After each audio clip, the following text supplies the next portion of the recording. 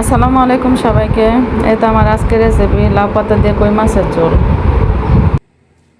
কই মাছগুলো এখন আমি ভেজে নিব, হলুদ মরিচ লবণ দিয়ে মেখে নিয়ে আসছি।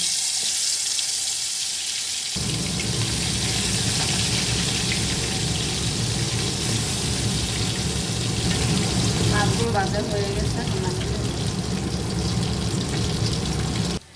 দিয়ে দিচ্ছি মরিচের গুঁড়া, ধনিয়ার গুঁড়া আর হলুদের গুঁড়া, লবণ নিয়েছি। এখানে একটু পেঁয়াজ বাটা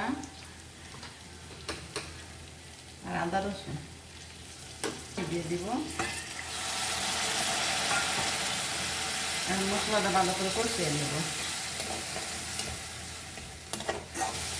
এখন দিয়ে দিব লাউ শাক।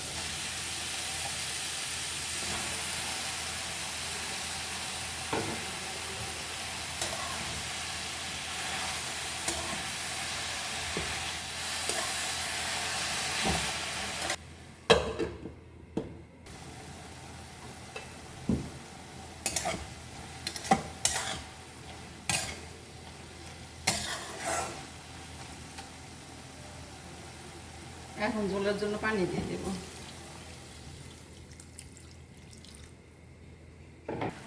এখন মাছ দিয়ে দেব।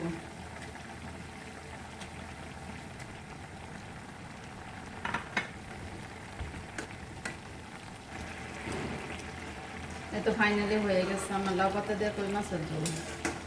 এখন নামিয়ে নিব।